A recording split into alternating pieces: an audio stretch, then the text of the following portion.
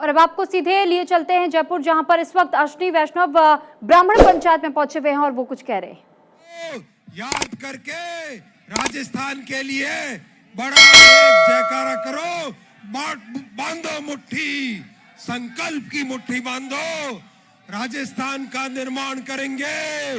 बोलो भगवान श्री परशुराम की, बोलो बाहुबली भगवान श्री परशुराम की, बोलो भारत माता की, बोलो विप्र सेना की, बोलो वंदे वंदे मातरम मातरम मातरम मातरम मातरम मातरम वंदे बहुत बहुत धन्यवाद भाइयों, बहुत बहुत धन्यवाद।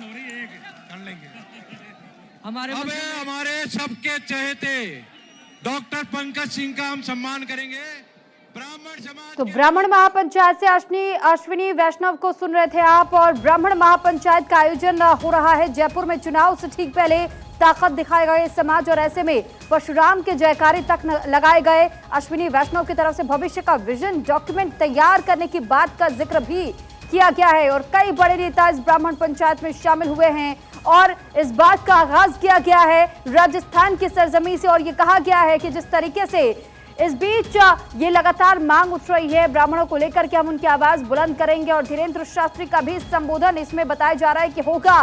राजनीतिक दलों के सामने कई बातों का जिक्र जिस तरीके से लंबे समय से रखा जा रहा है, एक भारतवर्ष नए तौर पर निर्माण करने की बात कही जा रही है और ये कहा जा रहा है कि इसी भारत को हिंदू राष्ट्र का दर्जा जरूर दिलवाएंगे। तो ऐसे में उसी हिंदू राष्ट्र के दर्जे के तहत में अब देखिए कि किस तरीके से यह आवाज एक बार फिर से बुलंद हो रही है। ब्राह्मण महापंचायत का आयोजन किया गया जिसमें कि तमाम बड़े और दिग्गज चेहरे पहुंचे हुए हैं। कई बड़े नेता इसमें बताए जा रहे हैं कि शामिल। केंद्रीय मंत्री नितिन गडकरी हिस्सा लेंगे। धीरेन्द्र शास्त्री का भी इस ब्राह्मण महापंचायत में संबोधन सुना जाएगा। और रेल मंत्री अश्विनी वैष्णव को आपने सुना, इस वक्त मौजूद वो वहां पर और साथ ही साथ उन्होंने जयकारे लगाए परशुराम के। और ये मंच से भी इस बात की हुंकार भरी है वंदे मातरम का, जिस तरीके से जयकारा दिया और साथ ही साथ हिंदू राष्ट्र को लेकर भी कई बड़ी बातों का जिक्र हुआ। ऐसे में अब देखिए कि 4.5 लाख विप्र बंधुओं के आने का भी दावा इस महापंचायत के आयोजन में किया गया। सरकार के सामने कई मांगों को रखा जाएगा ब्राह्मण समाज की तरफ से। राजनीतिक दलों के सामने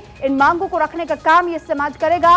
और साथ ही आपको जानकारी दे दें कि चुनाव से ठीक पहले ब्राह्मण महापंचायत समाज की तरफ से अपनी ताकत दिखाने का काम किया जा रहा है। भविष्य का विजन डॉक्यूमेंट तैयार होगा ये कहा जा रहा है। कई बड़े नेताओं के भी इसमें शुमार होने की जानकारी सामने आई है। ऐसे में तमाम वो अपडेट्स भी हम आप तक पहुंचा रहे हैं कि कौन कौन से नेता इसमें शामिल हुए। हालांकि धीरेन्द्र शास्त्री जो कि आए दिन विवादों में छाए रहते हैं और कई बार उन्होंने इस बात का जिक्र खुले मंच से भी किया है कि हिंदू राष्ट्र बनाकर ही दम लेंगे। ऐसे में हिंदू राष्ट्र का नारा हमेशा से देने वाले धीरेन्द्र शास्त्री भी इस महापंचायत में पहुंचेंगे और ब्राह्मण महापंचायत के मंच का भी उपयोग वो करेंगे और यहां से भी अपनी आवाज को बुलंद करते हुए नजर आएंगे। हालांकि अब देखिए कि ये एक इशारा है 2024 के पहले का कि किस तरीके से एक बार फिर से एक मुद्दे को भुलाने की कोशिश यहां पर जारी है और साथ ही साथ जिस तरीके से लगातार 2024 तक के लिए हर किसी के निशाने पर इस वक्त एक ही मुद्दा बना हुआ है कि हिंदू राष्ट्र निर्माण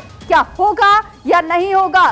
क्या भारत को पूरी तरीके से हिंदू राष्ट्र का दर्जा मिलेगा या नहीं मिलेगा इस पर, क्योंकि एक और जहां सत्ता पक्ष ने इस बात का जिक्र किया भी है कई दफा और ऐसे में विपक्षी दल लगातार इस पर हमलावर भी होते हुए नजर आए हैं। कई विवादित बयान भी जारी किए गए हैं और ये बार बार इस बात का जिक्र भी किया जाता है विपक्षी दलों की तरफ से कि भारत में जहां आप सेक्युलरिज्म का जिक्र करते हैं, जहां आप ये कहते हैं कि हर धर्म के लोग रहते हैं, तो ऐसे में सिर्फ हिंदू राष्ट्र आप कैसे कह सकते हैं। तो दूसरी तरफ आज जयपुर में ये तस्वीरें इस वक्त आप देख रहे हैं, ब्राह्मण महापंचायत का आयोजन किया गया और इसमें भी भविष्य की एक रूपरेखा तैयार करने की बात कही गई है और यह बताया जा रहा है कि इस महापंचायत में कई बड़े नाम शामिल हो रहे हैं। रेल मंत्री अश्विनी वैष्णव को आपने सुना, मंच पर सिर्फ महात्माओं को जगह दिया जाएगा, इस बात का जिक्र भी किया जा चुका है इस महापंचायत में। और साथ ही साथ ये कहा जा रहा है कि नितिन गडकरी भी शामिल हो सकते हैं और दूसरी ओर